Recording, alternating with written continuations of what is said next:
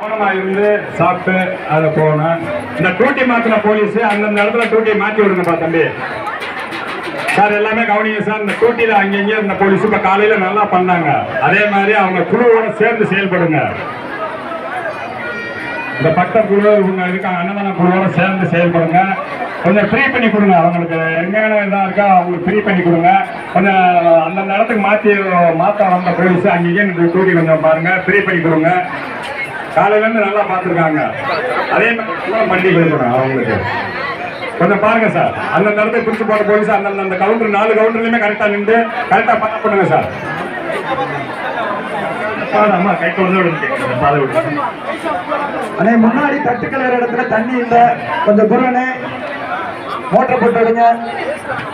தட்டு கலர் இடத்துல முன்னாடி